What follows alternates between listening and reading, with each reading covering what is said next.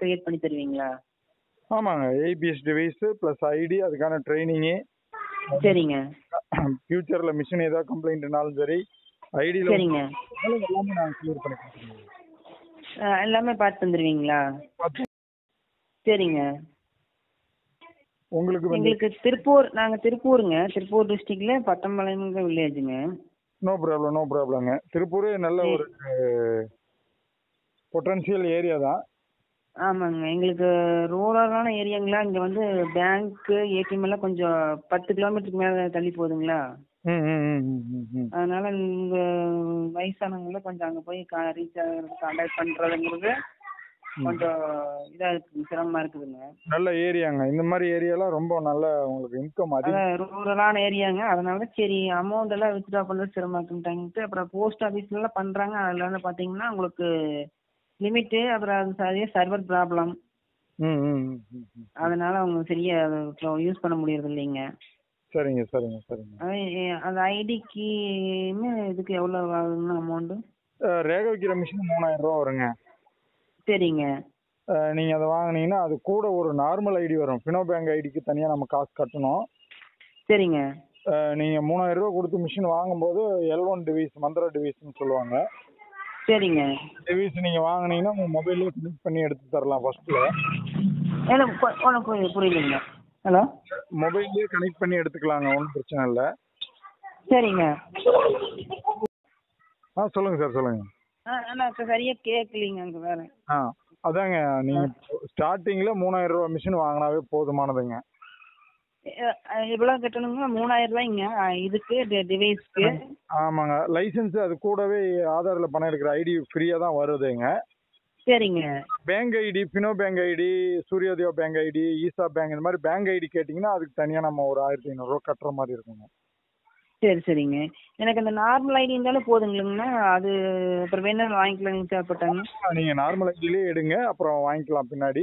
ஆனால் என்னன்னா பேங்க் ஐடினா கொஞ்சம் பாதுகாப்பாக இருக்குங்க. மற்ற ஐடியில் பாதுகாப்பு குறைவு.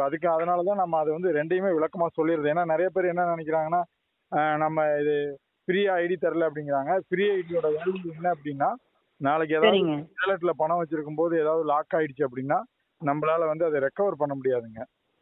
சரிங்க. இப்போ பேங்க் ஐடினா பாருங்க, இப்போ போஸ்ட் ஆஃபீஸ் இருக்கு இல்லைங்களா, போஸ்டல் பேமெண்ட் பேங்கு. ஆமாங்க. அதை விட நம்ம ஃபினோ பேமெண்ட் பேங்கா இருந்து இன்னைக்கு ஷெட்யூல்டு பேங்கா மாறி அடுத்து மைக்ரோ ஃபைனான்ஸ் பேங்காவே மாறியாச்சு.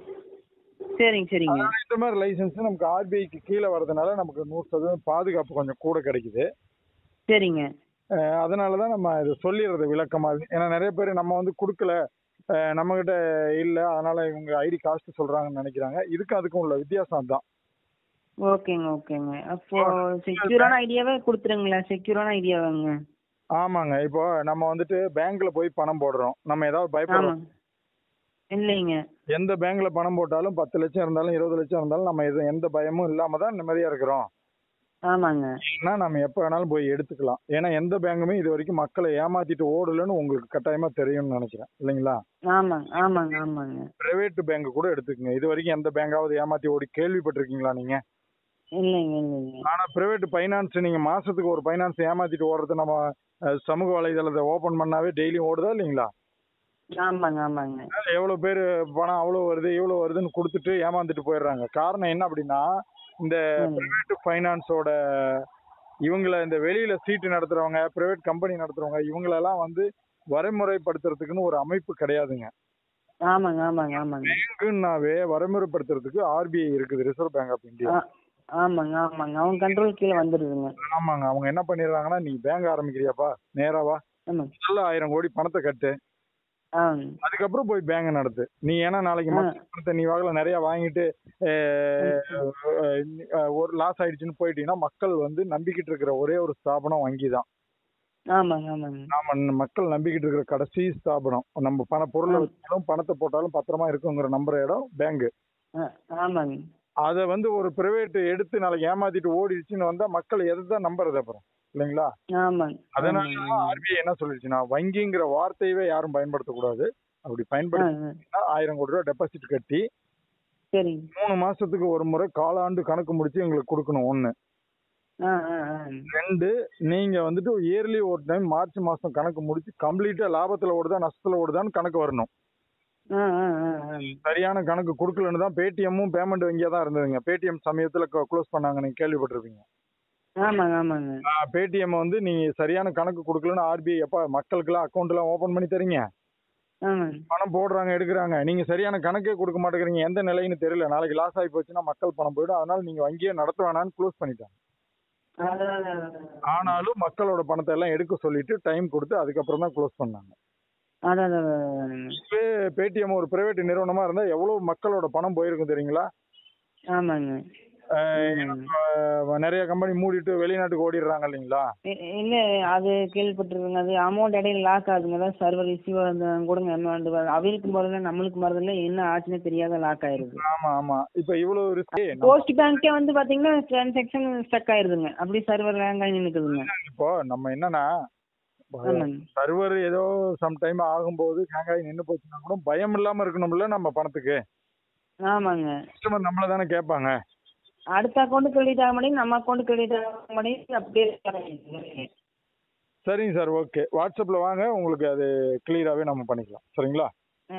அதுக்கு அமௌண்ட் எல்லாம் நீங்க டேரக்டா நீங்க வருவீங்களா எப்படிங்க? நாங்க வருவோங்க. நீங்க மிஷின் கைக்கு வாங்கிட்டு நம்ம இப்போ இன்னைக்கு ஆர்டர் போட்டீங்கன்னா நாளைக்கு மிஷின் வந்துடும் உங்களுக்கு 11:30 மணிக்கெல்லாம்.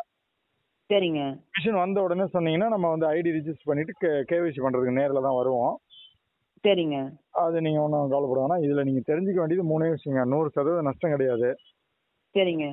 எதுவும் வந்து உங்களுக்கு கம்பல்சரிலாம் கிடையாது, நீங்க கட்டாயமா இதை நடத்தணும், சரிங்க, இந்த டைம்ல தான் நடத்தணும்னு கம்பல்சரிலாம் கிடையாதுங்க. உங்களுக்கு மக்கள் எப்போ வராங்களோ அப்பதான் நடத்தணும். இதுதான் இதோட ஸ்பெசிபிக்.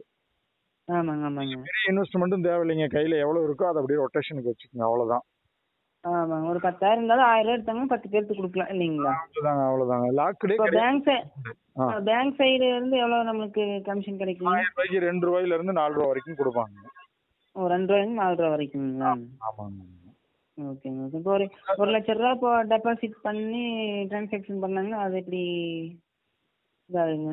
அது எல்லாமே உங்களுக்கு ட்ரைனிங் இருக்குங்க, அதெல்லாம் மாறும். இப்போ 1 லட்ச ரூபா பண்றீங்கன்னா 1000 ரூபாய்க்கு 6 ரூபா வரைக்கும் கொடுப்பாங்க உங்களுக்கு கமிஷன். கமிஷன் 6 ரூபாய் வரைக்கும் வேற, அது வேற மணி ட்ரான்ஸ்ஃபர். நான் அதெல்லாம் உங்களுக்கு ட்ரைனிங் கொடுக்குறேன். சரிங்களா? டைரக்டா இங்கே நாங்க உங்ககிட்ட வரதே இல்லைங்க, நீங்க இங்க வந்துருவீங்க இல்லைங்களா? பண்ணிக்கலாங்க. என்ன படிச்சிருக்கீங்க சார் தெரிஞ்சுக்கலாமா? நான் எம்காம் சிஏ முடிச்சிருக்கேன். அப்புறம் என்னங்க, நீங்க பார்த்தாவே செய்யலாம், ஒன்றும் பிரச்சனை இல்லை. நம்ம அந்த அளவுக்கு ட்ரைனிங் கொடுத்துருக்குறோம். சரிங்க. வீடியோலயே பாருங்க, எல்லாம் பர்ஃபெக்டா இன்ச் பை இன்ச்சா ட்ரைனிங் கொடுத்துருக்கேன். சரிங்க. அதனால நீங்க ஒன்றும் கவலைப்பட தேவையில்ல. தேவைன்னா நான் உங்க நேரில் வருவோம். நேரில் கட்டாயமா ஒரு முறை கேவிசி பண்ண வந்துதான் ஆகணும். நீங்க இங்க பேங்க் நடத்துறீங்க அப்படிங்கிறத நாங்க இன்னும் போட்டோ எடுக்கணும். சரிங்க சரிங்க. சாதா ஐடிக்கு அது தேவையில்ல, பேங்கிங் ஐடிக்கு கட்டாயமா தேவைங்க. சரிங்க. மொத்தம் ஒரு 4500 ரூபாய் அமௌண்ட் தேவைப்படும் இல்லைங்களா? ஐடிக்கு ஒரு 1500, டிவைஸ் ஒரு 3000ங்க. அவ்வளவுதான், பேசிக்கே இவ்வளவுதான் தேவைங்க. ஓகேங்க ஓகே. சரி, நாளைக்கு வந்துடுறீங்களா? இன்னைக்கு நீங்க ஆர்டர் பண்ணிடுங்க. எனக்கு வாட்ஸ்அப்ல வாங்க, நான் உங்களுக்கு சொல்றேன் டீட்டெயில். சரிங்க. சரி, இந்த மெசேஜ் போட்டு வரேன். ரைட். சரி சரி.